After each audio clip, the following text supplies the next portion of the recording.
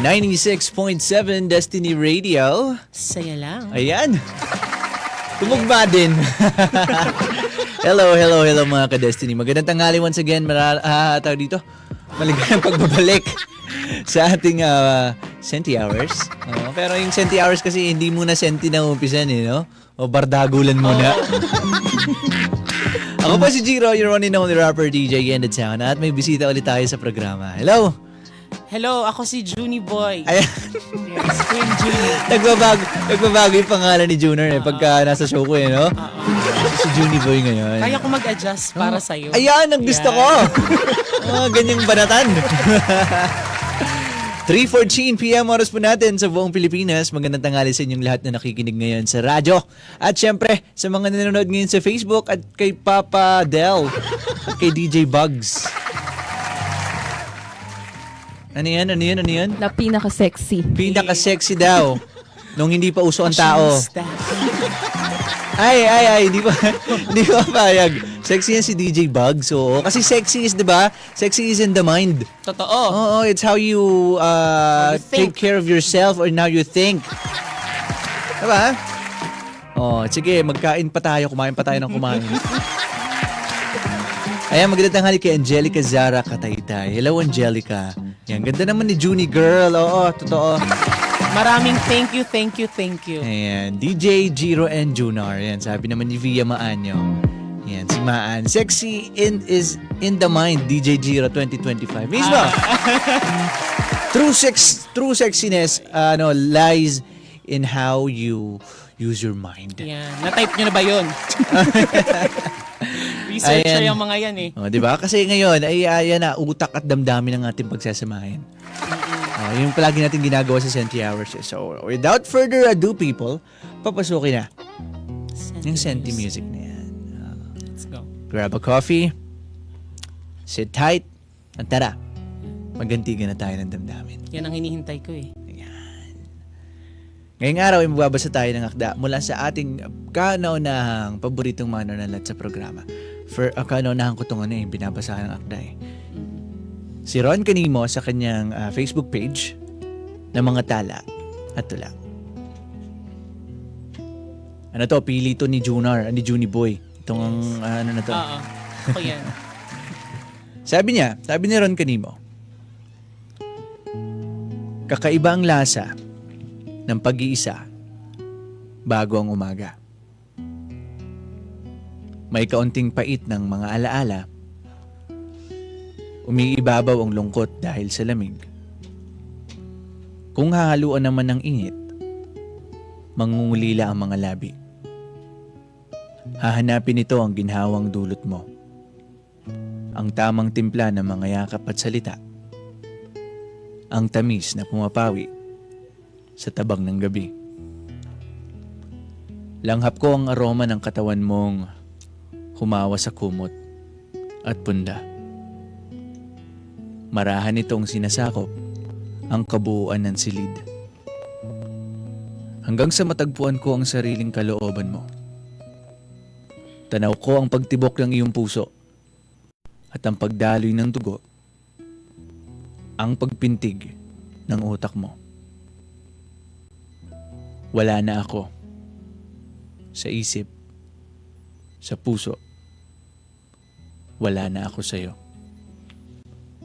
Kaya't laging kakaiba ang lasa ng pag-iisa bago mag-umaga. Nagniniig sa iisang tasa ang pait, lungkot, ginhawat saya. Pait at lungkot para sa mga alaalang hindi na mauulit pa. Ginhawat saya sa katotohanang ako'y malaya na. Hindi man direktang maamin ang aking kaluluwa, ikaw ang lasa ng pag-ibig bago mag-umaga. Grabe. Alam niyo nga ano to, Gen Z term na to yung relapse. Oh. Diba? at madalas na nagaganap yung relapse na yan tuwing madaling araw. Diba? Yung hindi ka makatulog or kadalasan kasi ang dami na kasi mga taong gano'n, yung mga vampira kung tawagin diba? Mga gising ng gabi hanggang madaling araw. Ang mga sleeping routine ay alas 3, alas 2 hanggang alas 4. Ba't ko ba napili yan? Alin? Yung anong yan? Ikaw pumili Oo, nito.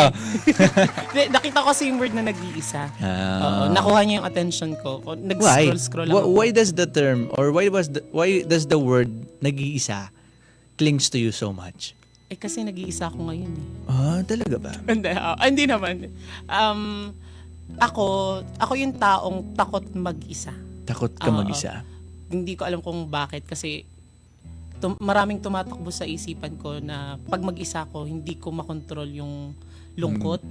Parang gusto mo nalang umiyak, ganun. Tapos pag mag-isa ka, parang may galit sa'yo. Kung ano, bigla na lang may tatakbong ganun. So, nalulungkot lang ako na hindi ko kayang mag-isa. You know what, Junie? You're not alone. There are a lot of people out there who are feeling the same as you. Hindi nga naman madali ang maging mag-isa. Lalo na kung tuwing mag-isa ka, doon ka mas dinadalaw ng mga isipin. Diba? Doon ka, kasi you're alone wala kang masyadong distraction. Hindi mo na-distract yung sarili mo towards other things. So it's just really you and your thoughts kapag ka mag-isa ka. And most of the time, people are dwelling so much on the things na tumatakbo sa isip nila kapag mag-isa sila. So iba, kagaya mo, ayaw mag-isa. But you know what? It's actually, I always call it a superpowers Kapag ka na-conquer ng tao yung ganong dilemma. Yes. Yung mag-isa ka. Ibang klase ng tulong ang mahahatid dun sa buhay mo. Once you realize that being alone actually isn't that bad. Oo naman. At being alone means, yun na nga, doon na tayo sa puntong lagi tayong inaatake ng mga isipin natin sa buhay, mga kaganapan natin sa buhay. Mga regrets, mga past decisions, bad or good, masasayang alaala din. Naaalala din natin yan tuwing mag-isa tayo. But it tells us so much more about ourselves kapag ka mag-isa tayo. Kasi again, it's just us against our thoughts. It's just us kasama yung sarili natin. That means it's more time for us to learn more about ourselves. Diba? Kaya minsan, nangyayari ba, makakita tayo ng isang taong kumakain sa resto. Nang mag-isa, isip natin, lungkot-lungkot naman ito. Kaya mag-isa siya. But, are those people, or is that person really sad? Diba? You have to ask yourself, or talagang sanay lang siya, maligaya lang siya kahit mag-isa lang siya. And at the same time, kung may kasama man siyang kumain, okay lang din, masaya pa rin siya. But, hindi ibig sabihin kapag ka mag-isa siya, malungkot siya. Diba? It only means that hindi niya kailangan ng ibang tao para mapaligaya yung sarili niya. Kaya niyang kunin yun from himself. I always believe in this line, Junie Boy. At syempre sa lahat na nakikinig ngayon, let's reminisce on this premise. Kagaya kung papaano ako nag-reminisce dito. You cannot give what you don't have. I know you've heard of this a lot of times, but let me reiterate it. You cannot give what you don't have. Now, if you want to give love to other people, kailangan meron ka muna niyan. Kailangan may pagmamahal ka muna sa sarili mo. Kailangan, kung gusto magbigay ng appreciation towards other people, kailangan na-appreciate mo muna yung sarili mo. Para hindi ka nauubusan. Alam mo yun? Para pati genuine yung naibibigay mong affection towards other people. Diba? It's sometimes easy to give Diba? Lalo sa mga giver. Merong mga giver na bigay lang talaga ng bigay. But at the end of the day, sila yung malulungkot Bakit? Hindi sila nakaka-receive. Walang bumabalik. At the same time, wala silang ibang source. But imagine if you are the source. Ikaw yung bukal. Diba? Hindi ka mauubusan kasi okay lang. Yung nagbibigay ka na nagbibigay, okay lang. Marami naman ako niyan. Hindi ako mauubusan, hindi ako malulungkot. I'll give you happiness, it's fine. Maligaya naman ako kahit nang ako lang Kaya ako to binibigay kasi may sobra ako. Diba? Now, when it comes to this one, kapag yung mga inaatake talaga ng isipin nila tuwing madaling araw, they hold so much about their past time. Diba? Kagaya ng topic natin last time, or yung topic ko last time, you shouldn't be dwelling on the things you cannot control. And your past, it's actually part of those things na hindi mo kayang kontrolin eh. But you don't throw away your past. You don't throw away your past. You learn from them. Diba? Hindi mo siya kailangang itapon. Actually, yung mga past experiences natin na yan, it's very important. It's very important that if it wasn't for those past experiences that we had, hindi tayo magiging tayo ngayon. Diba? Hindi tayo mabubuo kung in-skip natin yung experience na yun. Diba? Are you proud of yourself right now? Sobra. Sobra, diba? Now imagine, and you'll also know na hindi ka din naman agad-agad napunta dyan sa proudness na yan eh. Kumbaga, may mga struggles ka rin talagang pinagdaanan eh. Yes. Now, if you would imagine, kung hindi mo siya pinagdaanan before, ito ka kaya ngayon. Yung mga heartbreaks na yon, yung mga rejections na yon, yung mga natutunan mo sa mga rejections na yon, kung hindi mo siya napulot, may imagine mo ba na nandito ka? May imagine mo ba, OJT ako ngayon sa Destiny Radio, kausap ko lagi sa Senti Hours si Jiro Boy. Tama. Yeah. O kaya, magiging friend ko kaya si Angel at si Maan, di ba? Pinili ko kaya itong course na to. Di ba? It's vital to who you are right now. Pero hindi mo na siya kailangang i-dwell sa sarili mo. Alam mo, hindi mo na siya kailangang iipit sa sarili mo na I can't move forward because of this happening. No. You use that as a stepping stone. You use that as a mark na pinagdaanan ko yan, and I've learned from it. So I'm not gonna do it again. Yes. Yeah. I'm so glad na while hearing those message or yung mga sinabi mo, I just really appreciate myself even more. Kasi right now, I'm on the process of letting go a lot of people. Yung natitake for granted ako masyado ng maraming tao. And right now, hindi ko na-appreciate yung mga totoong taong nagmamahal sa akin, like my family, my real friends. Hindi ko din alam kung sino talaga yung tunay na kaibigan mo pag nasa taas ka. Pag marami nang sumusuporta sa'yo, doon ka lang nila susuportahan. And also... It happens a lot. And then, ngayon, mga kasama ko sa OJT ko, parang sabi ko, itong mga to, bibihira ko tong makasamang mga taong to. Pero, pag nakita ka nilang nandun ka sa tugatog or dun sa saya, grabe ka nilang ibuhat, grabe kang ano. Sabi ko, kung mga taong to walang pake sa'yo, wala kang pake. Diba? Wala kang paking binibigay sa mga taong to, pero na-appreciate ka nila. Paano pa kung ibalik mo rin sa kanila yon, diba? Sobrang saya no na magbibigayan kayo ng pagmamahal. Totoo. Ito. Narinig mo na yung premise na ano? Ano yan? Sa mga magkakaibigan to eh. Sabi, I'll protect your back. You got my back, I got your back. Narinig mo na yan? Yung ano siya eh, typical siya sa magkakaibigan, I got your back, bro. Diba mga ganun? And you got mine. Diba? May mas maganda pa pala doon.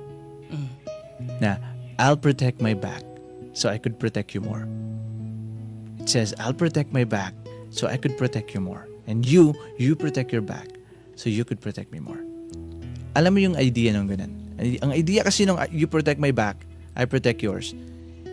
Ang nangyayari, nag-ano kayo eh, naghihingin kayo ng tulong eh. Parang ganun. Which is okay lang din naman. I mean, kung magkaibigan tayo, of course, pag napalaban ka dyan, ay kasama mo ako. Something like that. Yun ang idea ng first premise eh. Pero the second one na binanggit ko, ang idea nun is magpapalakas ako dito. Papalakasin ko yung sarili mo para hindi mo na ako kailangang intindihin. So you can focus on yourself, my brother. And in any case you need me, marami akong ibibigay sa'yo kasi malakas ako dito eh. Now imagine if the other party is like that. Ganun din yung mindset niya. I'm gonna focus on myself, brother. Palalakasin ko yung sarili ko. Huwag mo na akong intindihin. Mag-focus ka rin sa sarili mo. Pag parehas kayong malakas, imagine what could that tandem do. Diba? It's way more better. Instead of, ano ka dito, mapapalaban ako. Tulungan mo ako dito. Baka sumablay ako dito. Tulungan mo ako dito. Hindi, brother, hindi ako sasablay dito. So, trust me. Focus ka dyan sa ginagawa mo. Yes. Diba? Hindi mo na sila idadrag doon sa trouble mo. And that's way better for me. I think mas magandang kind of friendship yung ganun. Parehas kayong umaangat. Parehas yung gustong umangat. At hindi nyo na binabother ng basta-basta yung mga tao sa paligid nyo. That's Diba? beautiful. Yeah. Pakaganda nun. 3:29 p.m. oras po natin sa buong Pilipinas. Ang aarte nyo. Isang minuto na lamang. 2:30 p.m. na po. At it's time for us to say goodbye sa ating little segment. Isang mahaba-habang usapan ang ating... Thank you so much, Jiro Boy. Naabutan. Napakaganda nun. Well, thank you very much too for joining me sa ating Senti Hours. Ako po si Jiro Norby. Ayan, Jiro Norby na isama yung logo. Ako po si Jiro, your one and only rapper DJ in the town. At nakasama natin... Si Queen DJ Vamo J, Ayan. also known as Junie Boy. Junie Boy.